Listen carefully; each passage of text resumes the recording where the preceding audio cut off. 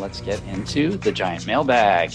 What crazy thing did City do this week? It's time for Mattress running the numbers. Ready for the main event? The main event. Frequent Miler on the air starts now.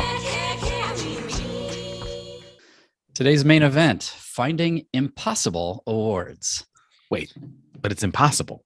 It's impossible, but we can sometimes do it, and we're gonna tell you how to find those impossible flight awards. We're gonna be talking about how to get those first class, business class seats that seem so elusive, but they are possible to get. Right, and we'll make the impossible possible. And we're going to tell you some tricks how to do that.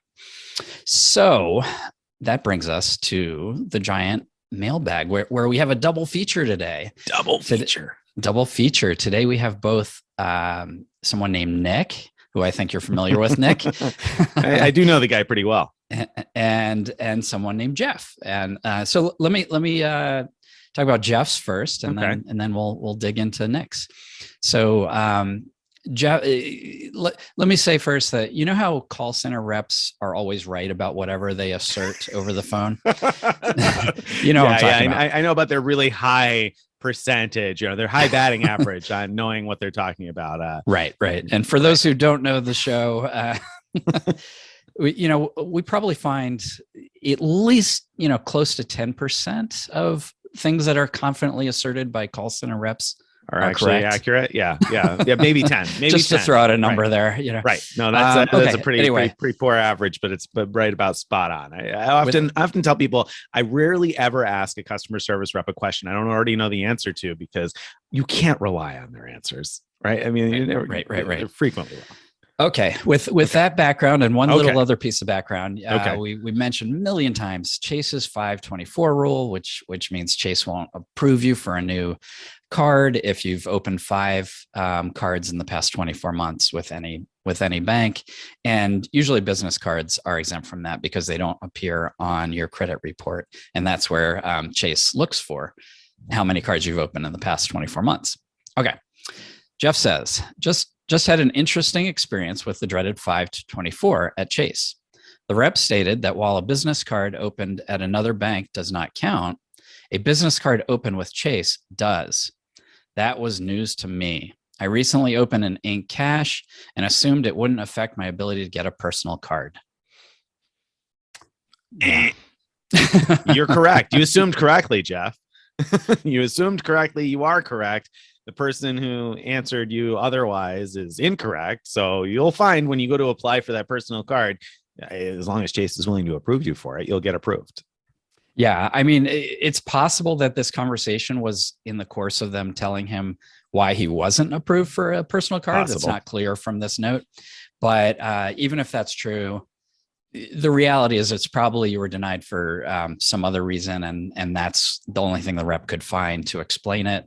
But they were just making it up. The reps are not the ones who make the decision, and they are unfortunately not told exactly why. Right. So the computer gives a reason, but the reason is not always actually the reason or relevant. And we know that because people get nonsensical reasons all the time. We did a feedback segment not that long ago from someone who said they got denied for a card because of too many new accounts, and she hadn't opened a new account with any bank in 2 years. So obviously that was not really the reason. It's just what got printed on the letters. So you can't put too much faith in that. The fact of the matter is, and Greg has said this a lot of times before, that any positive data points mean a lot more than negative data points, because maybe 10 people don't get approved and there's a multitude of reasons why they might not. But if 2 or 3 or 4 people get approved without the business cards counting towards 524, then you know that they don't actually count towards 5. They don't actually prevent approval. So it's some other reason. And we have tons of data points supporting that.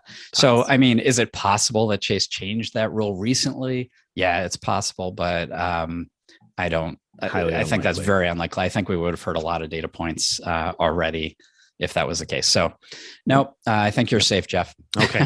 Very good. All right. Now you've got something, right, Nick? Second piece of mailbag today. Yes, I do have something. So we frequently get questions from readers about various credit card insurance benefits. And, like, for example, you might wonder, if I rent a car with my Sapphire Reserve, is it going to cover, this or that or blah, blah, blah. And often we have to go by, what our interpretation of the terms are. And I think this will be, and it should be, and blah, blah, blah. But it's hard to ever know, right? I mean, like, it's hard to say if somebody says, hey, if I rent a car with my Sapphire Reserve and I get caught in a hailstorm and it leaves golf ball size, dents in my hood, is the Chase coverage going to pay for that? Most people will probably put their hands up in the air and say, I think so, probably. Now we can actually say, yes, they will, because Stephen Pepper wrote a post about that a few years ago about having that happen. And so we have some experience with it. And so I always find that type of real world experience valuable, because then you know how it actually can operate. So I share today's story in that vein, because I found out last night that a friend of mine, his father was traveling abroad recently and had a medical emergency, and it required hospitalization, not COVID for the record, but a serious medical emergency. He had to be hospitalized, and the local hospital just wasn't able to meet his needs. And luckily, very fortunately for them, his father had opened the Amex Platinum card, I understand, during the Resi offer for the small business bonus last year. And so he was an Amex Platinum card holder. Now, some people probably know, I know Greg knows, that the Amex Platinum card, one of its benefits is emergency medical evacuation. And the interesting thing about Amex Platinum card emergency medical evacuation coverage is that it's not limited. So theoretically, Amex will pay whatever it costs to evacuate you in a medical emergency, theoretically. And B, you don't need to have paid for your trip with the Amex Platinum card. You just need to be an Amex Platinum card holder.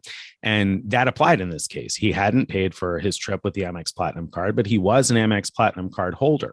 And so they reached out to Amex Global Assist to see if they could cover the emergency medical evacuation to get him to a different hospital. And initially, I understand Amex did not agree to do it. And so it required a little bit of pushback. And so, they had to do a little bit of research and present some facts and some reasons why it was necessary. And I share that because it's worth knowing that sometimes you have to advocate for yourself, right? You have to be prepared and gather some information. And if you get a no answer, it's not always the final answer. You can push back on these things. So sure enough, Amex covered the emergency medical evacuation to the tune of tens of thousands of dollars to get him to a hospital in the U.S. And so I share that story without all the deeper details at this point, but I share it because it's valuable to know that kind of thing does work. Because you read about it and you're like, oh, it covers it, but until you know somebody that you're like, oh yeah. They paid for it, then it's just words on a piece of paper, right? I agree. That's so good to know. I'm sorry that he had this medical emergency, but that's so great that he was able to take advantage of this perk. And now we have this positive data point that tells us that it is possible. What I thought you were going to say when you started it was that he had paid for the trip with his Sapphire Reserve and used the medical coverage, which is I think up to $2,500 or something like that, right, that the Sapphire Reserve provides if you pay with the card, right, for travel. But this went a different way. If any listeners has experience using that medical coverage from the Sapphire Reserve, we would love to hear from you. I haven't heard of anyone collecting or trying to even use that.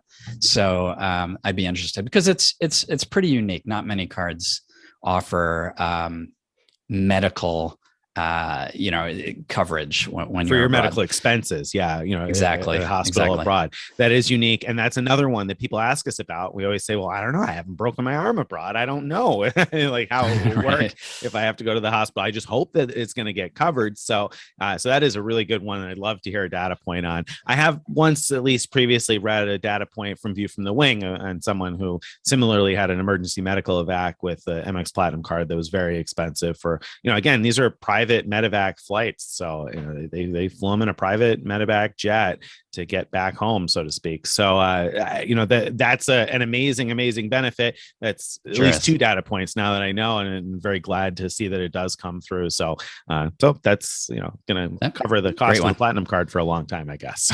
That was a valuable mailbag. Right, there you go. Information. So valuable mail in the mailbag. Good job. There you go. Okay. Then let's talk. We're going to skip crazy thing this week because we've got another double feature. This week, we have a Mattress Running the Numbers double feature. This is exciting. The week of double features. All right. So what's up first? All right. The first true mattress run material here. IHG is out with a status challenge. Now, we've talked about how IHG's new program has real benefits, especially for diamond status. You get free breakfast, for example, on your stays. And So IHG's new status challenge, what it'll do, you sign up, you get 120 days of platinum status, not diamond. And then during those 120 days, if you stay 5, I think it's paid nights, you can then keep your platinum status for the rest of that year and all of 2023. Or if you stay a total of 15 nights, you'll get diamond status again, rest of the year and all through 2023. So what do you think? Should everybody run out and do this awesome status challenge? I started to read about this and I was like, ooh, IHG Diamond, free breakfast out. And maybe this would be pretty interesting. Can I status match? Can I match my Hyatt Globalist status and not have to do anything but unfortunately it requires 15 nights to end up with a diamond status. Platinum status doesn't impress me at all because anybody can get that. All you got to do is sign up for the IHG Premier Business Premier, right? So that part of the status challenge, I think, is almost worthless unless you're over 524 and you want IHG Platinum for some reason, but you don't qualify for one of the credit cards. Otherwise, and then I would totally, like, let's say you're a regular IHG, you regularly travel to IHG, but you're just not getting enough for platinum status. I think it would totally make sense. It only requires 5 nights, good. Yes. Okay. But I agree. Diamond status, 15 nights. 15. No. Yeah. That's too much for me. I can't imagine. You have to really be able to leverage the diamond perks for 15 nights to be worth it. And the diamond perks is like what? I mean, it's breakfast and then that's pretty much some more points per dollar spent. You get more points. You get like 100% bonus instead of, I forget, 70% or something at platinum. Right. You'll be 5 nights short of a suite upgrade, I guess, but that has nothing to do with the diamond status. That's a 29 milestone benefit. But so like if you were already going to stay at IHG for like 10 or 12 or 14 nights, then maybe add an extra night or 2 in order to get, diamond status. Then it would make sense, but I wouldn't do all 15. No, totally agree. Nope. Although, I just said that out loud. And as soon as I said it, I thought to myself, I know there's some really cheap Holiday Inns out there in like Bali or something, maybe you do like a $20 a night Holiday Inn. I don't know. I mean, like, where's the cutoff, Greg? How much would you be willing to spend for IHG Diamond? Like, if you could find a $30 or $40 a night Holiday Inn, would you do it? How much would you spend for diamond status? Yeah. I mean, it depends so much on how much I think I'm going to stay at IHG hotels where it'll matter. Mm-hmm. So, where it won't matter at all at low end hotels where you get free breakfast anyway, or if breakfast, even if you have to pay for breakfast, if it's only $5 or $10, right. Then it's not mattering much. What you care about is when you stay at an Intercontinental where breakfast starts at $30 or so, right? And you're getting that free, then it's going to make a big difference. So yeah, if I knew I had a bunch of upcoming stays, then I think I would just look at how much am I likely to save on with free breakfast, and then maybe I'd pay about half of that for if I could buy diamond in advance. Now, for most people, if you could get or already have an IHG Premier card or IHG Premier Business card, I just think you're much better off figuring out how to spend the $40K required to get to diamond status, because that $40K will result. $40,000 spent on the card over spending 15 nights at a hotel, Greg. Doesn't that seem like a big difference? It sounds like a big difference, but the card now earns 3 points per dollar. So you're gonna have a ton of points when you're done with that spend. And at 20,000 points, it gives you some point bonus and even cash back bonus. And then at 40,000, you get the other. Anyway, if you look at my post about spending big on the IHG cards, you'll see it's actually pretty rewarding compared to most cards. So, if you'd highly value diamond status, I would strongly consider doing that instead of trying to stay 15 paid nights. Interesting. That's an interesting pick. I mean, I think that it mathematically makes sense, but it might seem like quite a stretch to some people to spend $40,000 on one card and forego all of the other spending on other cards. Of course, I think this only an applicable technique if either A, you've got very high expenses where 40,000 spend isn't going to make much of a difference in terms of not being able to meet other spending requirements, or B, you're doing some sort of manufactured spending where you're able to spend a bunch of money on your cards, on multiple different cards, because otherwise that probably seems like a pretty high bar for a lot of people in terms of trying to concentrate all of their spending on one single card, rather than but then staying a few extra nights. Now, keep in mind, it is a MasterCard, so you can use plastic, PLASTIQ, to pay your bills, including mortgage payments and rent payments and whatever. So yes, that would cost you 2.85%, but you could do the math and say, is 2.85% of 40,000 or whatever extra spend you need above what you would spend naturally, is 2.85% of that worth it to get diamond status? And that's the answer is going to be different for everyone. And and it's only going to be yes if you are pretty confident you're going to be staying at high-end IHG properties after earning diamond status. Otherwise, what's the point? For sure. All right. Okay. So Mattress running the numbers, probably not on the IHG status match challenge thing. Probably. Exactly. Right. What's the second mattress running the numbers today? Second one is Sunbasket. So Sunbasket is one of those meal delivery services where they send you either a meal kit where you make it yourself, or in this case, I believe Sunbasket also offers pre-made meals. So you could get a already made one and just heat it up when it arrives. Wait, where's the mattress here, Greg? So this is about... Yeah, there's no mattress.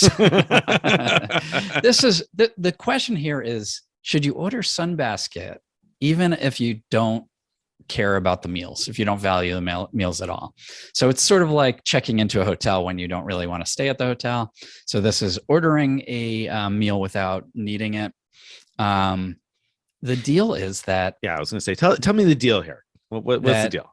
This thing that's sort of like a shopping portal called My Points is offering $125 worth of points. Like you get 20,000 points, which are redeemable for $125 in PayPal credit,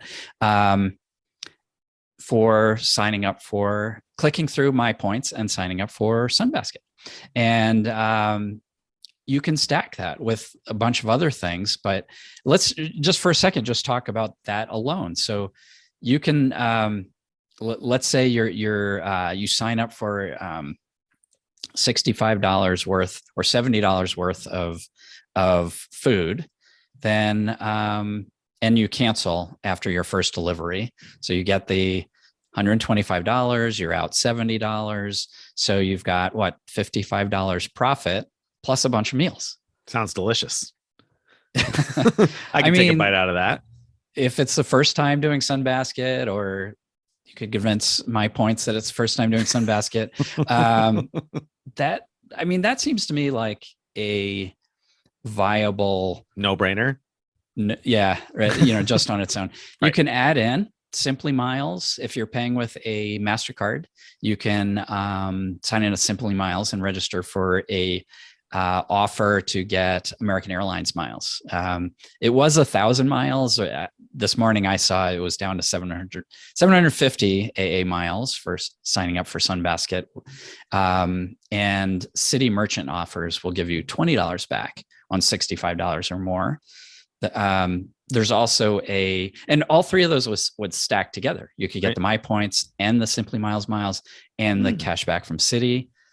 Alternatively, you could do an Amex offer to get, I can't remember, it was $20 or $25 back on Sunbasket. You could stack that with My Points. You can't stack that with the Simply Miles deal. Well, so that gets pretty interesting. Now I'm going to back up the truck here and say, I didn't even think about whether this was mattress run worthy when I saw it. I just thought, okay, we need to do that because we've ordered Sunbaskets a bunch of times, and I like the pre-made meals that they have. Not the prepare your own. I don't particularly enjoy theirs as much as some other services. We tend to get every plate in my household. We tend to like those. Okay. I haven't tried that one. Tried a lot of them, but haven't tried that one. It's HelloFresh. It's just the cheaper version of HelloFresh. So it's gotcha. It's the same supplier, just instead of individually bagging the ingredients. They put them all in one box, so it's cheaper. But they run a bunch of deals you can stack too. So, and every time you cancel, they give you offers to come back that are attractive enough to make it cheap enough that we've ordered a lot of every plate. So that tends to be my preferred one out of the various, prepare your own meal kits.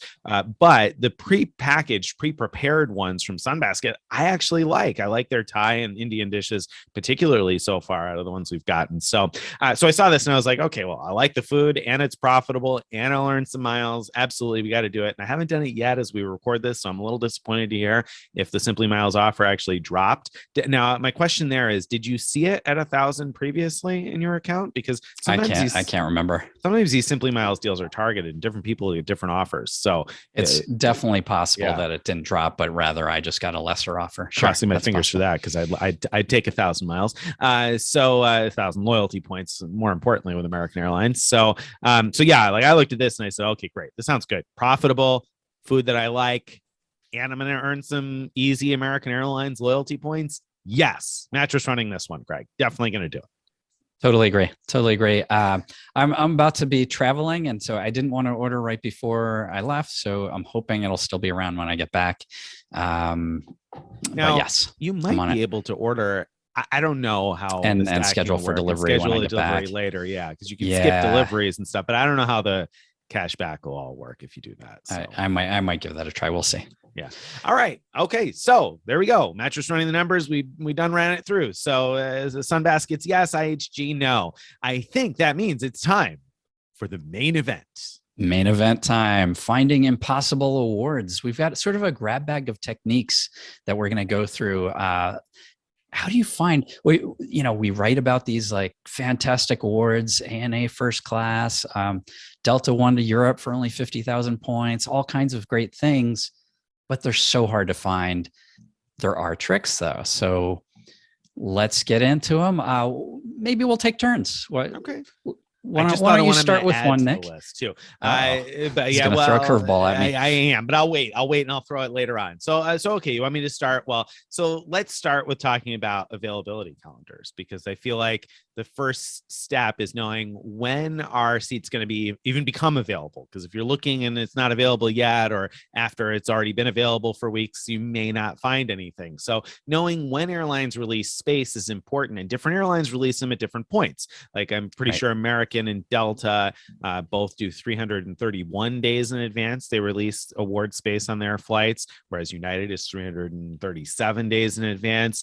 ANA releases space 355 days in advance. And so some airlines are 360 or 360, 359. I saw somebody, Air France, I think is like 359. So if you Google it, you can usually figure out how far in advance airlines make their award inventory available. And that can be useful because sometimes snagging award seats as soon as they become available, as soon as the calendar opens, is the best time, because some airlines will release whatever they're going to release right at the beginning, and you either get it or you don't get it. And once it's gone, it's gone. Absolutely. And, I've seen that with Delta, even where I was looking for a flight Atlanta to Johannesburg, South Africa, where they hardly ever release, saver level awards on that nonstop route in business class. And I was able to find once by waiting up till midnight Eastern time, a single seat appeared right at midnight. And so, it does happen. And you have to be ready to grab it when you see that. Now, go ahead. Yep. Go ahead. Well, there's a trick here, which is that, you mentioned, for example, that ANA has a longer calendar than United. But you could use United miles to book ANA.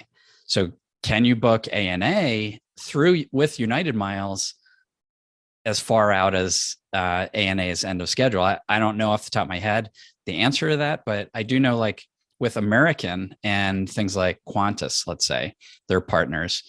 Qantas releases space far further into the distance than American will let you book it. And so a lot of times, even if you'd want to book with American Airlines, you just can't until it gets, within 11 months, I guess it is. And the award space might be gone by then. So the trick then is to use a different program that does let you book further out. And so like Qantas, British Airways, Cathay Pacific, those all are programs that will let you book all the way out to the end of schedule for Qantas awards. Yeah, and I think that that's an important technique to keep in mind, because I'm fairly certain that the example you used with ANA, United would not yet be able to book that availability. So if you want to book ANA business class, being prepared with ANA miles at 355 days out, or looking anyway at 355 days out, can give you an advantage over booking through another program, because you'll have access to that availability sooner. So that's, and the point that Greg's making is really important too, that certain programs will give you an advantage there in finding that really hard to find space. Qantas is a fantastic example because it's notoriously difficult to find award space on Qantas. Alaska Airlines has a great award chart for those Qantas flights, but you're more likely to be able to book them with Cathay Pacific Asia miles. So it might cost you a few more miles, but you might actually be able to snag the award that's impossible to book with your Alaska miles. Yeah.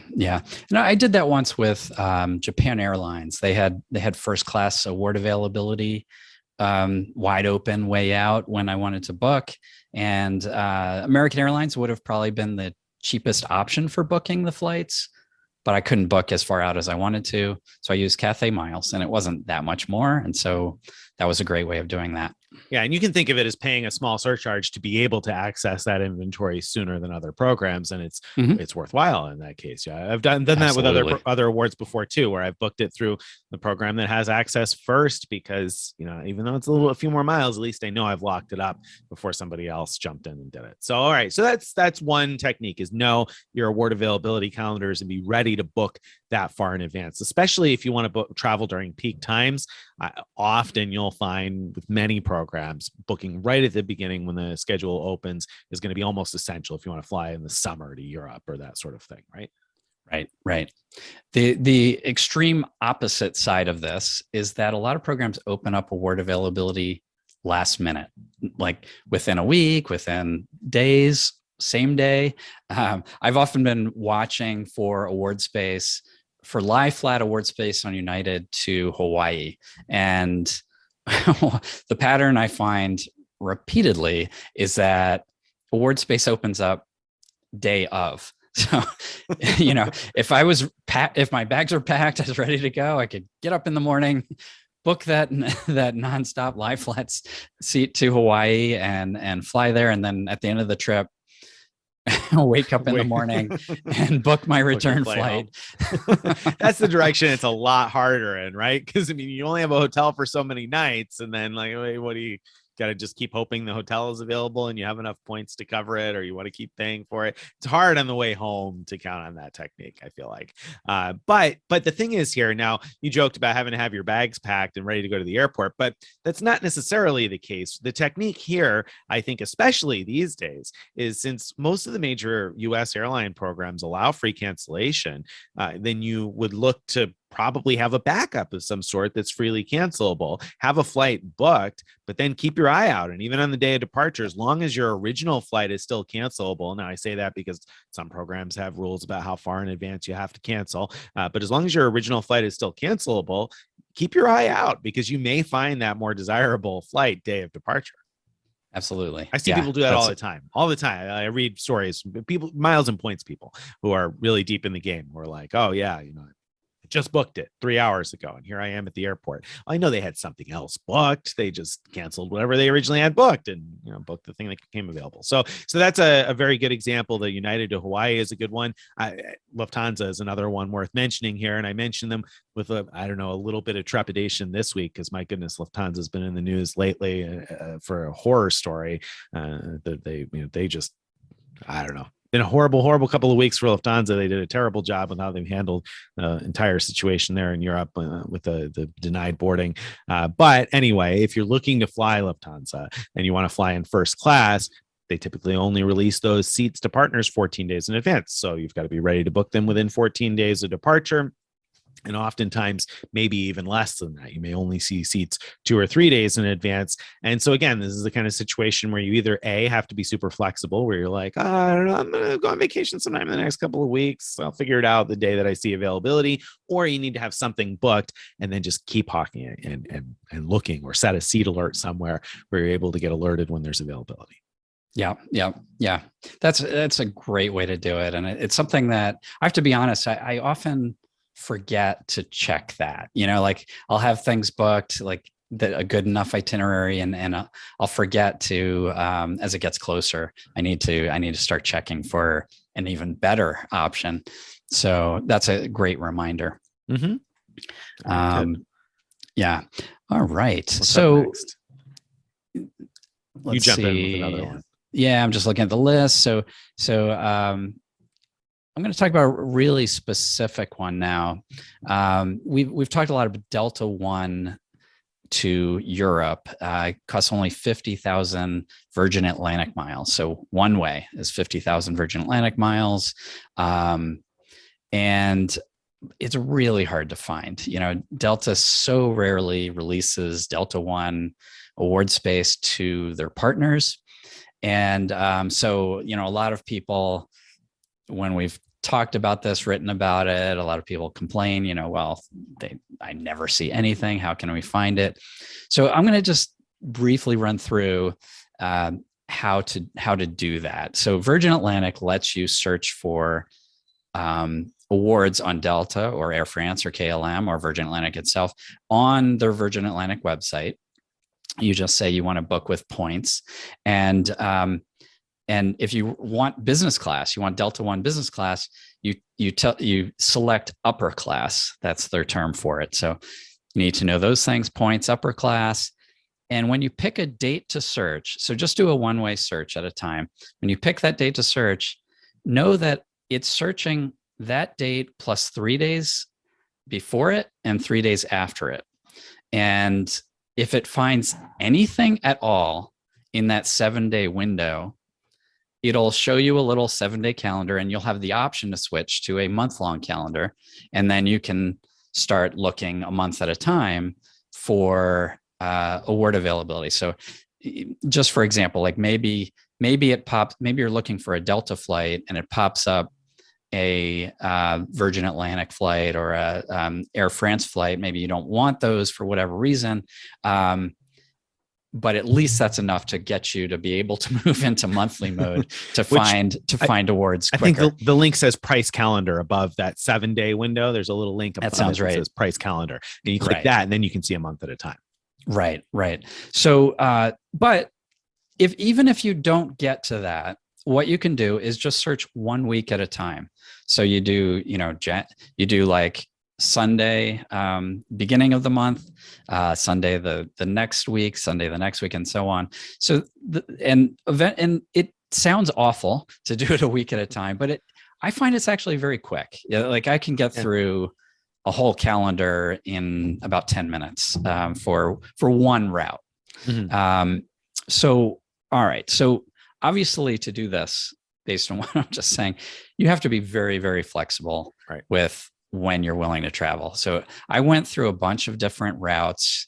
And as I found stuff, I was posting to our Frequent Miler Insiders Facebook group. Here's what I found. There's availability between Seattle and Amsterdam or whatever it was on this date, this particular date. And so you can do what I just described, find that particular date. And if you're lucky enough to be available to fly that during that time, if that works for you, fantastic. One really cool thing, I don't know, about Delta is that even though they so rarely release award space, when they do, they often release great big chunks of it. So it's not unusual for me to find just one day out of the entire year that there's award availability between two cities and, US to Europe, but 9 seats. Well, 9 or more, because it'll only tell you if there's 9. You can't search for 10. So it's often wide open on that one day of the year. Right. So that begs an interesting question here. And that is, how do you normally plan your travel? Do you normally figure out where you want to go and when first, and then look for award availability? Or do you look for award availability and let that determine when and where you're going to go? Yeah. I usually do it the other way. I usually know where and when, at least roughly, I want to go and try to find it based on that. So this technique does not work for that approach. Mm-hmm. How about you?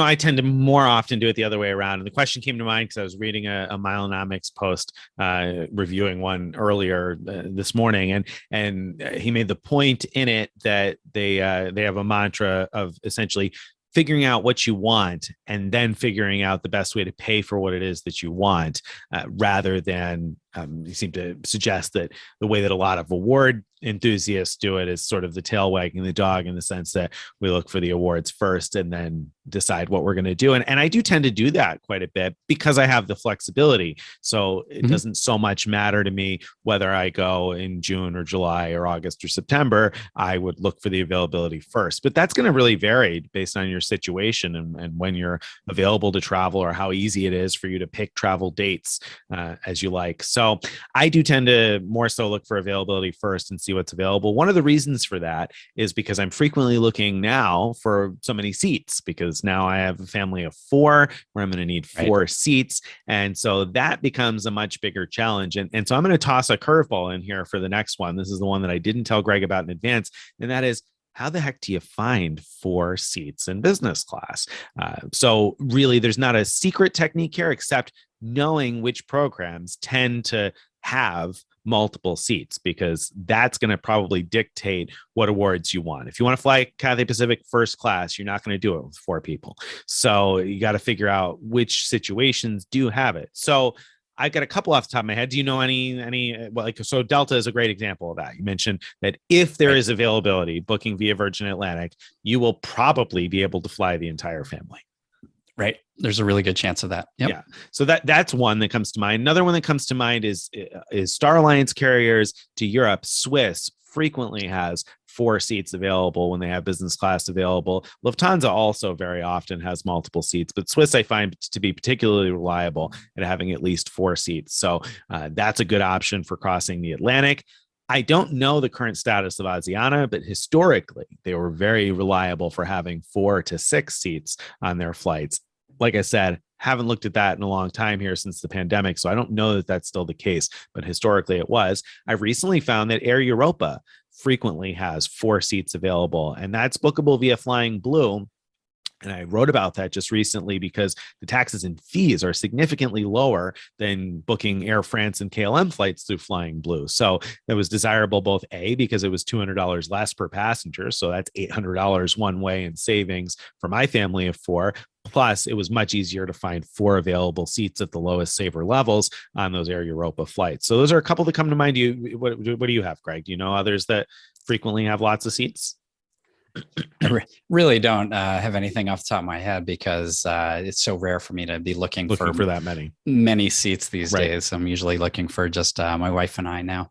That makes sense. The other tip I'll give is premium economy. You start looking at premium economy spots, because I've frequently found that like British Airways or Japan Airlines will have 4 seats available or more in premium economy cabins. And that's not going to be the same as flying in flatbed business class, but it's going to be comparable to flying domestic first class. So that might be enough for a family. It might be desirable enough to have a little bump over economy, but even when business class isn't available. Another tip on ones that do frequently make a lot of seats available is British Airways. They do tend to make quite a few business class seats available because their surcharges are so high. So, you have to be willing to pay the surcharges if you're going to book via British Airways, but B, if you're not willing to pay the British Airways surcharges, then it's worth knowing that Cathay Pacific often has more attractive surcharges on British Airways flights. So you may still have access to those 4 seats and save yourself hundreds of dollars by booking via Cathay Pacific Asia Miles. Great tips there. One thing about premium economy, not all programs will let you book the partners into the partner premium economy. So that's something that could be a little frustrating at times. Sure. I don't know, for example, you probably can't use American Airlines miles to book British Airways premium economy. I don't know that for sure, but I'm not aware of any word chart for that. So no, I don't think so. Yeah. So there's a number of examples like that, even if that's not true. There's a number of examples like that where it can be a little frustrating, but there are other cases where you can. And so, and we've talked before about how Virgin Atlantic actually has really great award chart for flying Air France premium economy to Europe. So that's something to keep an eye on to see if you could find award availability there. Okay. One other sort of general tip I'm going to bring up is if you're really interested in finding awards for a specific airline, finding their overseas long distance nonstop routes is like an important first step, is identifying the routes that are possible or of interest to you. Even if they're not originating at your home airport, if it would be a reasonable one stop to get to the airport where they fly from. And then you can search for, are there ever awards available for this long flight? Worry about later how to get between your home airport and the departure airport, and from where you end up and where you ultimately want to end. Those things are easier to handle, the sort of domestic legs portions. But finding that long distance one, that's the one that matters, at least if you really want to find business or first class awards. That's where you're going to get the most value from those business or first class awards, is those long distance ones. So the way I find those nonstops is I really like this tool called Flight Connections. Flight Connections. Thank you. You're welcome. You could tell that I was like struggling there. I saw it in your face, and I was like, I've been using it every day for weeks here. So yeah, Flight Connections. Yeah. So Flight Connections, it's actually free with ads, with limited functionality. But I think even with that version, you can pick a single airline and see all the routes that airline serves graphically on a map. And then you could just kind of drag the map around and look at, which routes fly to the US. And then you can click on the different endpoints to see, okay, they fly from Chicago, New York, San Francisco, whatever. And then that will tell you, okay, these are routes that, you find the routes that make sense to you, that you'd want to fly. Okay, now these are the routes I need to look for award availability. So that's sort of a first step that you almost have to do. So I was describing, looking for Delta One to Europe before. Well, you need to know where Delta flies from and to in order to do reasonable searches like that. So that's a first step. And that's important. It's an important first step. Greg kind of already touched on this, but because, like, for example, I live near a small airport. I usually drive to New York City to fly internationally, but I'm within like a 1 to 3 hour flight of Chicago and Washington, D.C. and Atlanta. And I'm a couple hours from Boston. And so I will frequently look for flights from all of those places, because if I search from my home airport is Albany, New York. So if I search from Albany to, let's say Frankfurt, just as an example, I may not find availability because the Albany to Chicago or Albany to Washington, D.C. flight isn't available. And I don't want to miss that long haul flight because I didn't see something immediately available on the Albany to DC or Albany to Chicago or whatever it might be, because I know that either A, I can buy a cheap ticket on those, or B, I can book something for fewer miles through a different program. Maybe I book, a United Award to get to Europe, but I could use American Airlines or British Airways, maybe even to book American Airlines to get to Chicago or something like that. So I can figure out that part later. I don't want to be hamstrung by the fact that United doesn't release a lot of saver space on these like small domestic flights. I want to make sure that I can find those nonstops. And I don't memorize. I don't know who flies where from Chicago. So Flight Connections is super useful for finding those long nonstops like that. It sure is. I love that. If you don't want to invest the $0 into that one, you could also look at Wikipedia. Does a pretty good job. They do. For any particular airport that you search on Wikipedia. You look for airlines and destinations section, and it'll tell you all the airlines and where they fly to. So that's another way to do that. It does. But what's nice about Flight Connections is when you see that nonstop, you can click on the route and see which airlines fly it and which days of the week, because that also sometimes can make a big difference. And you may be able to manually piece something together. So to give an example, maybe you search on a Tuesday from Albany to Frankfurt, and maybe Lufthansa only flies from Chicago to Frankfurt on Wednesdays. That's not a real example, just something I'm making up. But so maybe I won't see any availability because United for some reason isn't going to put me on with the overnight connection flying Albany to Chicago and then the next day Chicago to Frankfurt. But United allows that. Maybe they just don't have it on their website. Now, United again was a bad example here, but the idea is I may be able to book that over the phone with an agent. So I can figure that part out later if I can figure out which days of the week they fly, the nonstop large flight that really matters. So again, Flight Connections is useful for that. I've been looking at it lately because I've been trying to piece together a trip in Europe, and it matters to me which days of the week airlines fly these routes, because that is going to dictate which day I go from point A to point B or C, because a number of routes I've looked at aren't daily routes. So Flight Connections, big plug there. And I don't pay for the premium service, but I'm not opposed to it. I've thought more and more about it because there's some additional functionality that would also be useful, but even the free service is great. Yeah. And I do pay for it, and it's well worth it in my mind. Yeah. Another tool that is really helpful, but only for certain airlines, is SeatSpy. So I mentioned earlier, trying to find those business class lie flat flights between mainland US and Hawaii on United.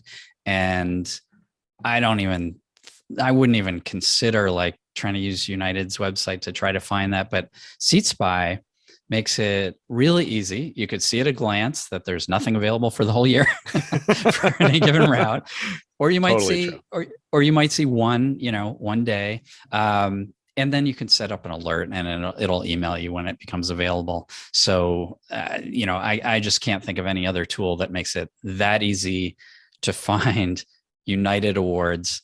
But, not only is it limited, like it only supports so many airlines, but some of the airlines that SeatSpy supports, it doesn't do a great job of because of the way it supports them. So like American Airlines, American Airlines has like dynamic award pricing basically.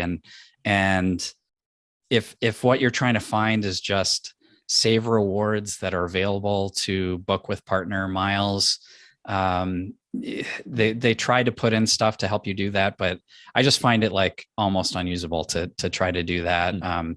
Same thing. Air France used to work really well through there, but now it's like coming up with all these flights that Air France is pricing dynamically really high. So you'll have to check whether they support the airline that you're interested in. But for the ones that it does, and where it only shows Saver award availability, fantastic tool. It is, especially if you do have that flexibility where you can look at a year calendar and say, oh, okay, this is when what I want is available. And I'll plan my trip then. Hawaii is a good example because that's a place that I don't really care if I go in October or June or May. I mean, it's gonna be nice any time of the year. So so I'll go when there's availability. So that's a good example. It's a good example, except that Greg wasn't joking when he said you can look at an entire year and not find a single seat in business class. I just looked it up, both the Newark to Maui and the Newark to Honolulu, not a single seat in business class for the entire next year as we speak right now. So, and that's again for Saver award space. Obviously, you can pay United an exorbitant number of miles to fly up front if that's what you choose to do. But if you're looking for Saver seats, you could book with, for example, Turkish for 12,500 miles each way. Not going to happen on those routes anytime soon. So, but the tool is useful for that. I wrote this week about using British Airways Avios to upgrade a paid business class ticket to first class. And I have found the tool to be really interesting to use for that because I can easily see which days have first class award seats available, which means that I should theoretically be able to upgrade on those days. And again, I'm not finding much availability, but I can see it. And interesting to me is that I could find days far in advance. Like if I were looking to plan a trip for next year, I can see days where I could plan it out and get my ticket on the right day when I could upgrade if I were planning far enough in advance, or if I were willing to look at multiple cities. Like, for example, I found a lot more first class availability to Boston than to New York. And in a normal world, it wouldn't matter to me. I would be happy to fly into Boston. So I like SeatSpy and I like the ability to set an alert. You've set a lot of alerts and you pretty reliably get alerted, right? Yeah, well, actually, I had to. I set up the alerts come through email, and I set them to go into a folder. I was just getting too many because I was getting them. I'd set up a whole bunch of alerts for Hawaii, like every route that I could find, and I was getting alerted, pretty much every morning for a bunch of the routes, and that's great. But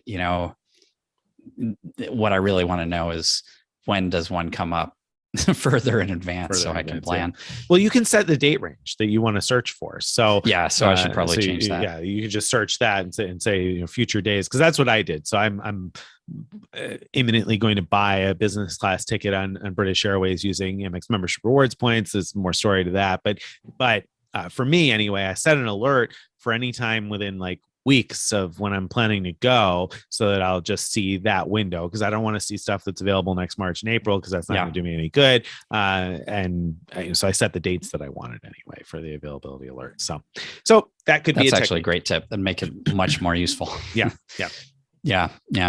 All right. So you had a trick about getting JetBlue Mint class to London, I think. Yeah. So Mint class to London. Now the JetBlue Mint class that flies transatlantic looks really nice. It looks pretty swanky, and it's fairly expensive, I think. So a particularly good deal, or a fairly good deal anyway, for that would be using Emirates miles to book JetBlue Mint class to Europe, because it's a really reasonable number of miles. I think it's 64,000 if I remember each way, and that's a very good deal. Of course, if you're departing the UK, you're going to pay the premium cabin duty that makes it expensive in terms of fees. But if you're departing the United States, I think it's just the $5.60 in fees. And Milenomics wrote a great post that we referred to a while back about their experience booking those JetBlue flights through Emirates, because there's a few things you need to know. First is that they only release availability to Emirates, it seems, 4 months in advance. So whereas we were talking before about 330 days or 370 days or almost a year, 11 to 12 months in advance for most programs,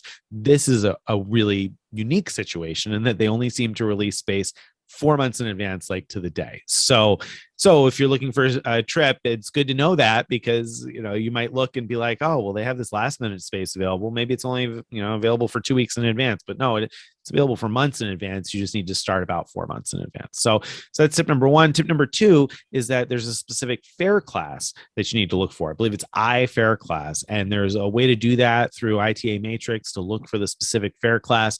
And so I'll put a link to the Milenomics post actually in the description, so that you can read about how to do it, how to seek that out, because once you know what you're looking for, it's helpful. And then the last tip that they had that was super valuable to me, because I'm a flexible person, so I'm always happy to look at a calendar with more dates. I always figure if I can see more dates, I want to see as many dates as I can, because I don't care which day of the week I fly out. But this is a case where you don't want to do that, because they found that clicking the plus or minus 3 days, the ability to check multiple days at a time, often returns zero results, rather than searching for a specific day, which would return results. So you don't want the flexible day calendar when you're looking for those. So, and again, you can book those on Emirates.com. So you can book those through Emirates once you figure out, when availability should be there, but search the exact date once you figure out which dates are available through ITA Matrix, not the plus minus 3 days.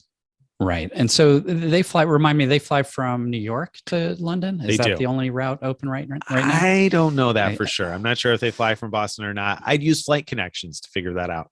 Yeah, great idea. Okay. All right. So that sounds great. And for anyone wondering, how in the world would someone have Emirates miles?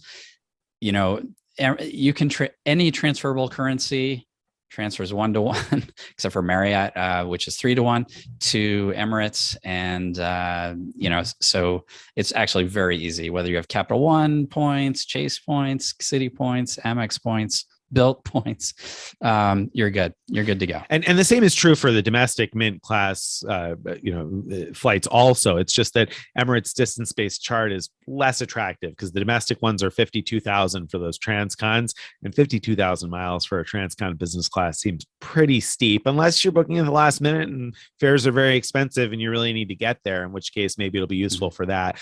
But I find the flights to London to be more reasonable at the 64,000, because that's a more typical price for business class to Europe. Yeah. That's a really good point.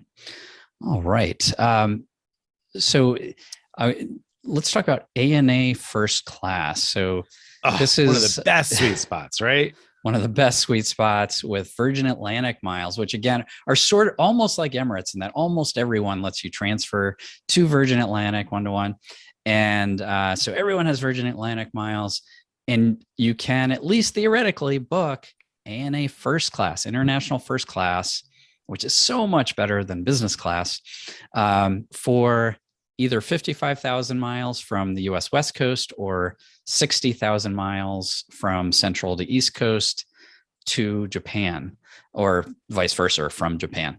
And that is a ridiculously smoking hot deal. It really is. I mean, that's fewer miles than most programs will charge you for a business class ticket to Asia.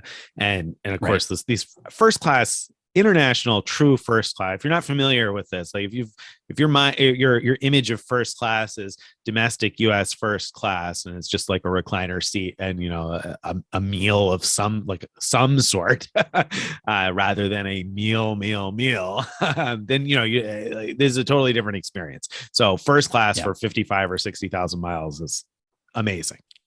Right. And how bad the fuel surcharges are, that varies over time. They those go up and down, but it's worth it to spend. It is so worth it to spend a few $100s on top of it to get there if you need to. So the trick I have is that you could use United.com to find these. I'm not going to say it's easy. It's not easy to find these, but start with flight connections to find the routes that they serve. Make sure that first class is available on that route, and then go to United.com and do an advanced search. Say you want to book with miles. Say you want nonstop only, because you're going to be looking only at that specific route.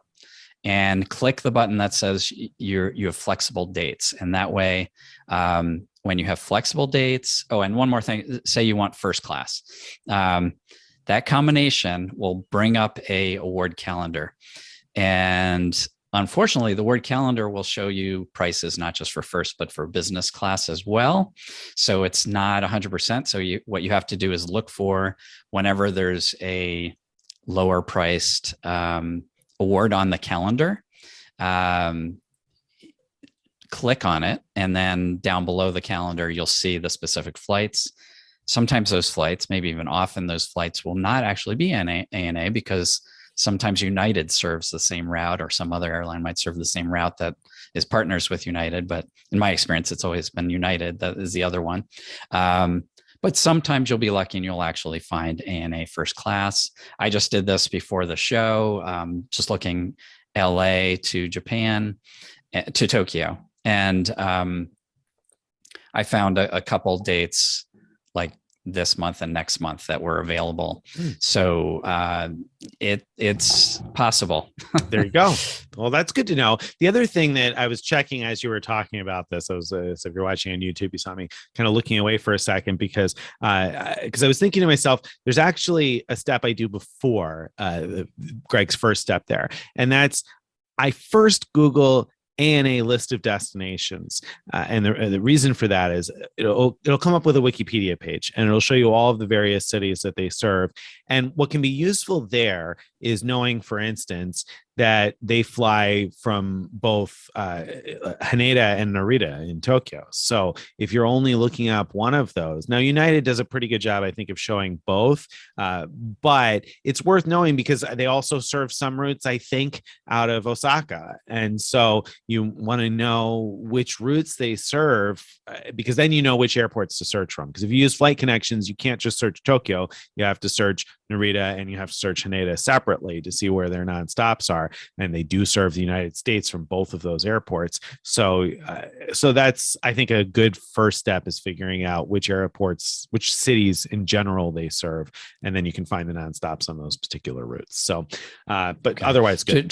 Yep. Yeah. Just to be clear, though, if you're in flight connections, if you don't click on an airport in Tokyo and you're just looking at if you filter to ANA and you're just looking at the map of all the routes, you could see where they land in the US. Oh, look at that. and I did not know those that. are the airports to click on. And then you'll see whether they're going to Tokyo or somewhere else. And it's almost always going to be Tokyo. Yes, it'll be one of those two airports. United, you could just say you want to fly to Tokyo in general, and it'll pull up both. So that's good to know. I did not realize that until now, that you can search just an airline instead of having to put in an airport code first. And Flight Connections, I've always put in an airport code first and then selected an airline. Okay. I didn't realize you could just select the airline. No. So, boom. Right. Okay. Right. I learned something new. There you go. There you go. So there you go. Just ignore everything I said. Greg had it all right.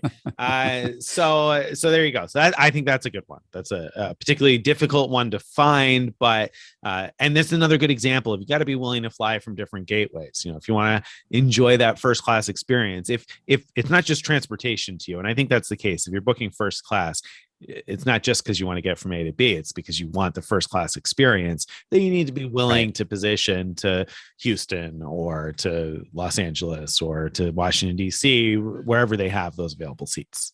Exactly. Yeah. If you want to get there as soon as you can, then this is not the technique for you. Right. If you have the flexibility and you've never done it before, I do highly recommend do it one time as a special treat. It'll really blow you away what you'll get there. There you go. So all right, let's talk about next, I think, Singapore. So Singapore awards can be difficult to snag sometimes, and it's well known that Singapore releases more award space to its own members than to partners, and in fact they very rarely, if ever, release business and first class space to partners. First class in particular, I think you can only book through Singapore, and business class you usually can only book through Singapore, maybe Alaska in some cases, but nonetheless, it's somewhat difficult to find, and they release space, I don't know, it kind of trickles out, so you'll see space kind of open up at different times. So one technique with Singapore, and I've used this before in the past, is taking advantage of the wait list. So here's what you got to do. You got to find a date that's got a flight that you are okay with. That is, okay, this is a good enough option that I could fly this. And once you've found that and you're happy with the idea of booking that award, transfer the miles to Singapore in order to book that award, but don't book it yet. First, find all of the other routes that you would rather fly, or the other flights that you would rather have first, and waitlist those, because often Singapore offers waitlist seats. Now, it varies a little bit as to whether that's available at saver level or not on the waitlist. So there's a few ins and outs here. But the moral of the story is that, for example, years ago, I booked a route that was going to get me from A to B, but it wasn't my ideal routing. I wanted to fly the old Singapore suites, and the route that I had picked didn't have the suites, but I wanted to try to get on a flight with the suites. And so I waitlisted a whole bunch of options that included flights with the old Singapore suites. Now they have the new Singapore suites, but this was back in the day with the old Singapore suites. So I waitlisted a whole bunch of different flights on different days around when I was planning on going home.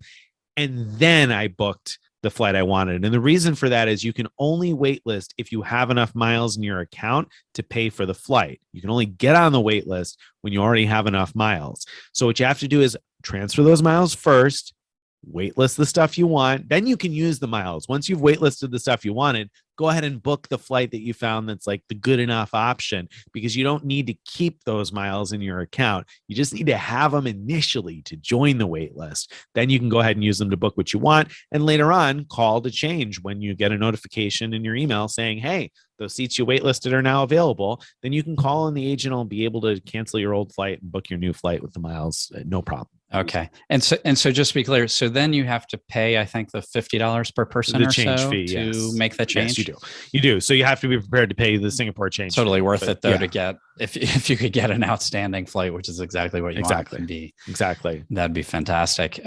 What if the miles aren't the same between the two, your good enough one and the new one? So you have to have enough in your account to waitlist for the one you really want. You do. So that'd be a tough situation, because I wouldn't want to transfer over extra miles just to get on the wait list. I'd be very hesitant to do that. So, right. What about the reverse? Would you do the reverse? What if the good enough one costs more miles? And so if you switch to the better one, you're going to have like orphan miles in your Singapore account that'll expire after 3 years. I mean, I guess that's better than like if you were willing to take that flight anyway, you were willing to part with the miles. So then I guess, I would probably do that because I was willing to part with the miles anyway. Too. So if they expire, they expire, and hopefully they won't. So, yeah. Good answer, I think. Yeah. Okay. Hopefully that's clear. All right. Are we done with the Impossible Awards?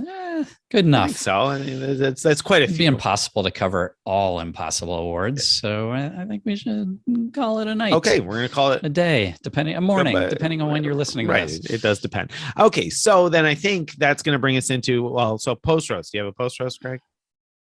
Oh, I don't. I'm so unprepared today. Great. Well, we're going to go into the question of the week then, because Rachel writes in with a question that we've gotten a bunch of variations on before. And she said that she's wants to know how to get approved for Amex cards. Are there any pitfalls to watch for? Any tips or tricks? I'm at 324. Never applied to these cards before. Good credit score. My credit is currently frozen for security. I have a credit freeze. Does it matter for the initial screen that tells you if you qualify for the bonus? Is there a better device to apply on? Is there some other browser to use? Is it best to call or visit a bank, which of course with Amex you can't actually do. There is no bank, I don't think anyway. I continue to get the dreaded, you don't qualify for this bonus, but I can't figure out why. So what's the trick, Greg? Well, so if the issue is that you can't get approved because you've actually filled out the full application and they denied you, that would surprise me. Amex is so easy on approvals in general. This is a little different. She's talking about the pop-ups that say you're not qualified for the welcome bonus. For whatever reason. And we've drilled into that before, but there's two reasons why you might not be qualified. One is that you've had the same card before. And in that case, the pop-up will tell you that. So that's easy enough to know at least why that's happening. But the other one is the "we don't like you" pop-up. It's like, it doesn't tell you why you're not eligible. And what we believe to be the case is that when people often sign up for Amex cards and cancel them without keeping some open and putting spend on them regularly, that Amex has some kind of algorithm that identifies, you know what, you're not a valuable customer to them because you're just basically collecting welcome bonuses and that's it. So they then flag you so that when you try to sign up for an Amex card, you might get that pop-up. And might is a key word here because there are examples where, so my son, for example, any personal Amex card he's tried, he gets that pop-up. Any business card he's tried, he's gotten approved. Other people have reported it's even within, personal cards that they might be approved for some without getting the pop-up and others get the pop-up. So it's really unclear what causes what. So there's not to interrupt you, but there's two components that I wanted to also dig into on this. Cause you're right. We have talked about this a couple of times before, but there were two components that I found a little unique here. And one of them is that she has her credit frozen.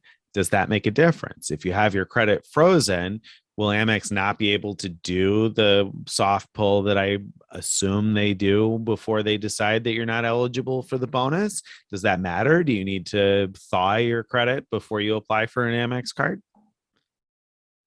I don't think Amex cares if you're an existing card holder, which I believe she is. I think they use their own knowledge about you to decide whether to go forward. But you know what? I haven't tested, so I don't know that 100%. Yeah, I don't know that either. I mean, I make it a habit of always temporarily thawing before I either even go to apply for something, not only credit cards, but bank accounts too, because banks will frequently do a soft pull. And I have found that I will not get approved for a checking account if I don't thaw my credit report first. So Makes sense. So that's something that I would typically do, because you can do a temporary thaw for just a day in most states anyway. And I believe in most states, it doesn't even cost anything anymore. It used to cost something in my state, right? But now I think it's free in most states anyway, where you could just thaw it for a day before you go to apply, thaw it. And maybe that will help. I don't know, but I would do that before I went to apply. So that's number one. Number two, she asks, is there a better device to apply on or a better browser? Do you think that'll make a difference? That's an interesting question. I don't think it would make a difference to the pop-up problem. But we've definitely seen that different devices, different browsers, especially when using referral links, but this could be any links to credit to Amex cards. Different browsers and devices will bring up sometimes different offers. And so sometimes there's this great offer that you could try like 5 different browsers before you finally find that great, that much better offer. And so I can't say that there's one particular one that is better than the others, though. Right. The trick is to if you have some reason to think there might be a better offer out there, is try it through a bunch of different browsers. So, I'll open it in like Chrome incognito mode. I'll open it in Firefox private mode, and what's the Microsoft one, Edge private mode, and try it all those ways. Might even try on my phone on a couple browsers. So then that begs the question: your son has gotten the pop-up, you said, for a long time on personal cards. Has he tried different devices and different browsers? Does he get it consistently across everything? Is it just one? He's definitely tried different browsers, different private modes and all that. That hasn't helped at all.